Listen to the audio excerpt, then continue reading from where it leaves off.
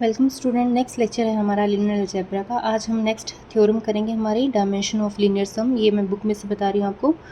हमारे पास क्या गिवन है, if W1 and W2 are two subspaces of a finitely dimensional vector space VF, then dimension of W1 plus W2 equals to है dimension of W1 plus dimension of W2 minus dimension of W1 intersection W2। हमने इन दोनों के dimensions को क्या करना है, equal prove करना है। तो सबसे पहले हम क्या करेंगे, जो इंटरसेक्शन के डायमेंशन है वो हम लेट करके चलेंगे। Let dimension of W1 intersection W2 equals to L। अगर हमने इंटरसेक्शन के डायमेंशन L माने हैं तो ऑब्वियस सी बात है इसकी बेसिस के अंदर L नंबर ऑफ एलिमेंट्स होंगे। तो हमने एक सेट कंसीडर किया S, जिसमें L नंबर ऑफ एलिमेंट हैं, और इस सेट को आप क्या बोल रहे हो, बेसिस बोल रहे हो W1 इंटरसेक्शन W2 की। ठीक है। सेकंड हम क्या बोल सकते हैं, S हमारे पास बेसिस है और S आपके पास W1 का सबसेट भी है, और S आपके पास अगर बेसिस है तो ये सेट कैसा होगा, लीनियरली इंडिपेंडेंट का होगा। अगर सेट लीनियरली इंडिपेंडेंट है तो आप इस सेट को एक्सटेंड कर सकते हो to form a basis of W1। ठीक है। तो हमने एक सेट बनाया A, जिसे हम एक्सटेंड करके लिख रहे हैं, जिसमें ये एलिमेंट्स तो होंगे ही होंगे, U1 U2 up to UL। Addition में हमने क्या किया, इसमें V1 V2 up to VM n elements और कंसीडर किए। अब हम इस सेट को क्या बोल रहे हैं, be a basis of the set W1। अगर हमने इस सेट को बेसिस बोला है W1 के लिए तो ऑब्वियस सी बात है डायमेंशन ऑफ W1 क्या बन जाएंगी, L plus M। Similarly S जो था वो W2 के लिए भी सबसेट था और S लीनियरली इंडिपेंडेंट भी था, तो S को हम एक्सटेंड कर सकते हैं W2 की बेसिस के लिए। तो S2 की बेसिस भी हम W2 की बेसिस भी हमने डिफाइन की। उस सेट को हमने क्या नाम दे दिया, B का, जिसमें एलिमेंट क्या होंगे, U1 U2 UL W1 W2 up to WN तक। B a basis of the set W2। अगर ये B सेट जो है वो बेसिस है W2 के लिए तो इसके जो डायमेंशन है वो कितने होंगे, L प्लस N होंगे। ठीक है। अब हमारे पास डायमेंशन W1 के भी हैं, W2 के भी है, और इंटरसेक्शन के हमने लेट किए, तो इनके रिजल्ट को हमने पुट किया तो हमारे पास डायमेंशन कितने बन जाएंगे, L से L कैंसिल आउट होके L plus M plus N रह जाएंगे। ठीक है। अब हम ये क्लेम करेंगे या ये शो करेंगे कि जो डायमेंशन W1 प्लस W2 मतलब लीनियर सम की जो डायमेंशन है वो किसके इक्वल आएंगे, L plus M plus N के लिए। ठीक है। तो इसके डायमेंशन को अगर हम L plus M plus N prove कर रहे हैं तो हम एक सेट कंसीडर करेंगे S1, जिसमें U1 U2 UL V1 V2 up to VM W1 W2 up to WN ये सारे के सारे एलिमेंट होंगे। ठीक है। अब हम क्लेम करेंगे, अगर ये हमने सेट कंसीडर किया है तो पहले हम इसे बेसिस बनाएंगे। बेसिस के लिए हम ये क्लेम करेंगे कि ये जो सेट आपने कंसीडर किया है वो सेट कैसा है, लीनियरली इंडिपेंडेंट का है। बेसिस की फर्स्ट कंडीशन यही है। अगर इस सेट को आपने लीनियरली इंडिपेंडेंट प्रूव करना है देन इन एलिमेंट्स के आपने क्या किया, लीनियर कॉम्बिनेशन डिफाइन की। जो U एलिमेंट्स हैं, UL तक एलिमेंट है, उनके साथ जो कोफिशिएंट हमने यूज़ किए हैं वो A1 A2 up to AL तक। जो हमारे पास V एलिमेंट्स हैं, VM की फॉर्म में जो एलिमेंट हैं उनके साथ जो कोफिशिएंट्स हमने यूज़ किए हैं वो हैं B1 V2 up to BM तक। सिमिलरली C के साथ जो हमने W के साथ जो हमने कंसीडर कर रखे हैं वो कोफिशिएंट्स क्या हैं, C1 C2 up to CN equal to 0 vector. ये इक्वेशन आपके पास क्या आ गई, फर्स्ट। ठीक है। अब हम नेक्स्ट में क्या करेंगे, देखो हमने क्या किया, जो C वाले कोफिशिएंट्स थे वो सारे एक तरफ किए, बाकी इन दोनों को शिफ्ट किया। ठीक है। अब यहाँ से ये हमारे पास क्या शो कर रहा है, ये पूरा एलिमेंट जो है वो इन एलिमेंट्स की लीनियर कॉम्बिनेशन में रिप्रेजेंट हुआ, और ये जो एलिमेंट थे ये एलिमेंट किसकी बेसिस में आ रहे थे, W1 की बेसिस में। ठीक है। तो हमारे पास क्या रिप्रेजेंट हो रहा है कि which show that C1 W1 plus C2 W2 up to Cn Wn is a linear combination of the element of basis A of W1। ये W1 की जो बेसिस में एलिमेंट है उनको रिप्रेजेंट कर रहे हैं। इसका मतलब अगर ये एलिमेंट W1 के बेसिस के एलिमेंट की कॉम्बिनेशन में लिखा गया, इसका मतलब ये एलिमेंट W1 को बिलोंग हो गया। ठीक है। अगेन हमने इसी एलिमेंट को रिप्रेजेंट किया W2 के एलिमेंट की फॉर्म में। ठीक है। तो W2 के जो सेट के एलिमेंट है वो किस टाइप के हैं, U1 U2 UL W1 W2 up to UN।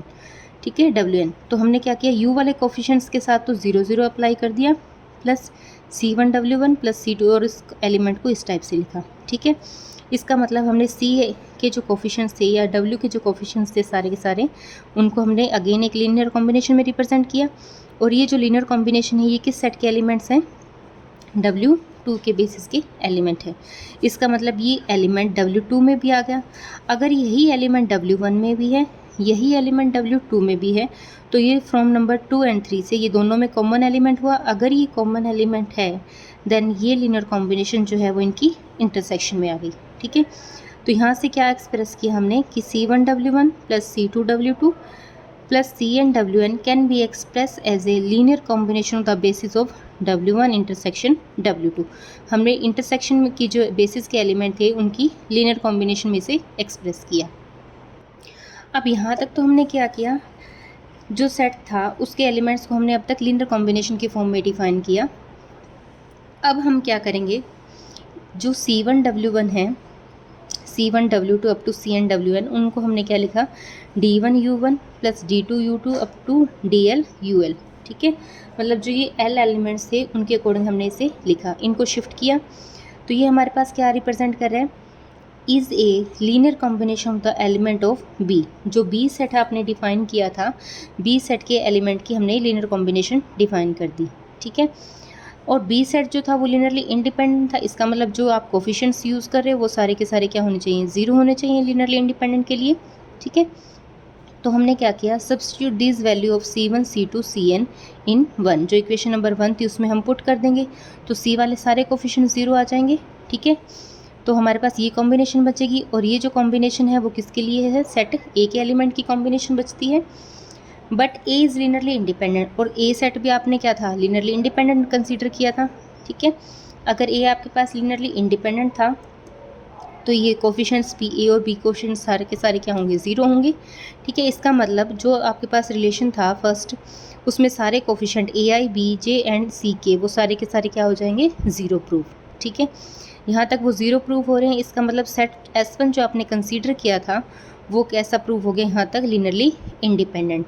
तो बेसिस होने की फर्स्ट कंडीशन यहाँ पे ट्रू होगी।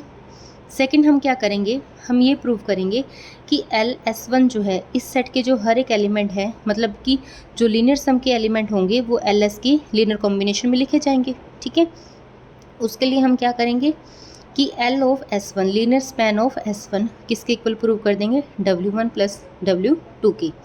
तो उस चीज़ को प्रूव करने के लिए हम क्या करेंगे, एक तो एलिमेंट आर्बिट्री एलिमेंट LS का उठाएंगे, उसको हम लीनियर सम में रिप्रेजेंट कर देंगे। फिर हम क्या करेंगे, W1 प्लस W2 लीनियर सम में से एक एलिमेंट उठाएंगे और उसे लीनियर कॉम्बिनेशन की फॉर्म में लिख देंगे ताकि वो दोनों एक दूसरे में कंटेन हो जाए।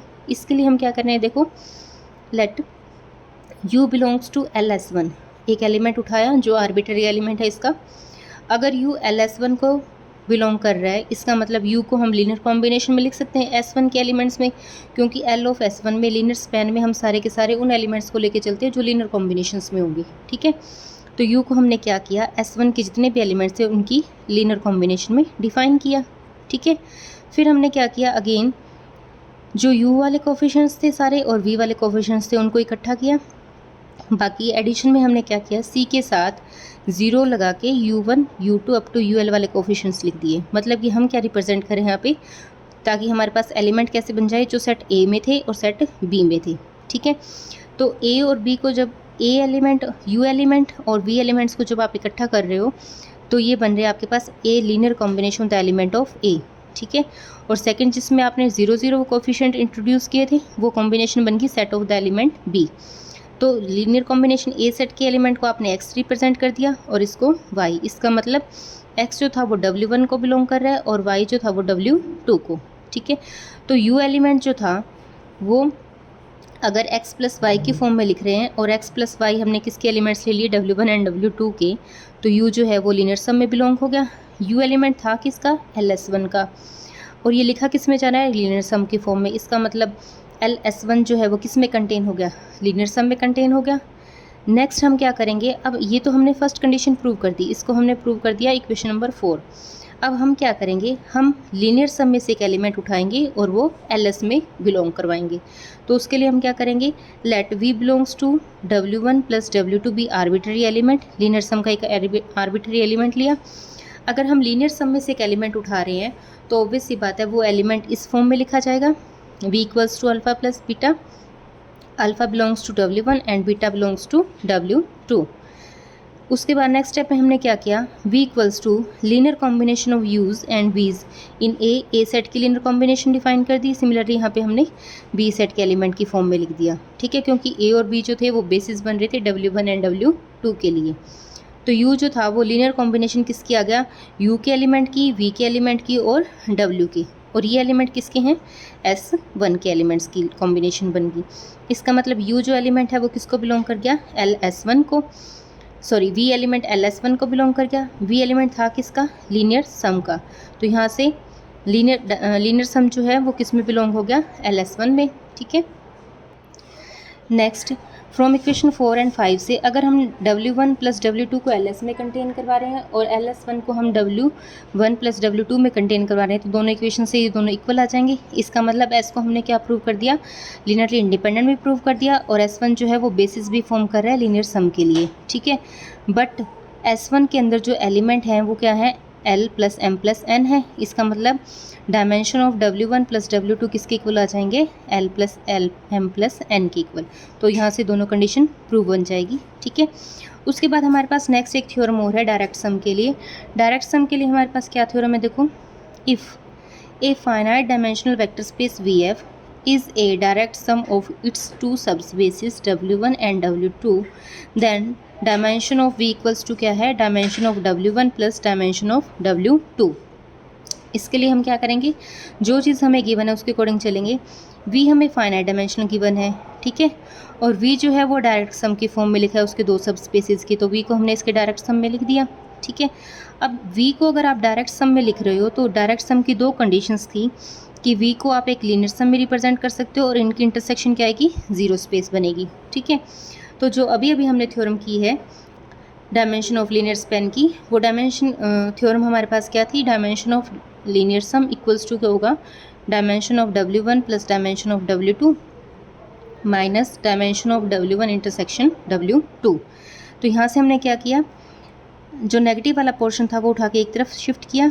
अब इंटरसेक्शन के जो डायमेंशन है जब वो ज़ीरो है तो उसमें ज़ीरो स्पेस डिफाइन कर रखा है, तो ऑब्वियस सी बात है उसके डायमेंशन में क्या बन जाएंगे, ज़ीरो बन जाएंगे। तो इसका मतलब dimension of W1 plus W2 किसके इक्वल आ जाएंगे, dimension of W1 plus W2 के। ये इक्वेशन फर्स्ट आ गई। और हमें गिवन क्या है कि V जो है वो लीनियर सम में भी रिप्रेजेंट हो रहा है। इसका मतलब अगर ये दोनों इक्वल हैं तो V के जो डायमेंशन है वो इक्वल होंगे किसके, dimension of W1 plus W2 के, ठीक है।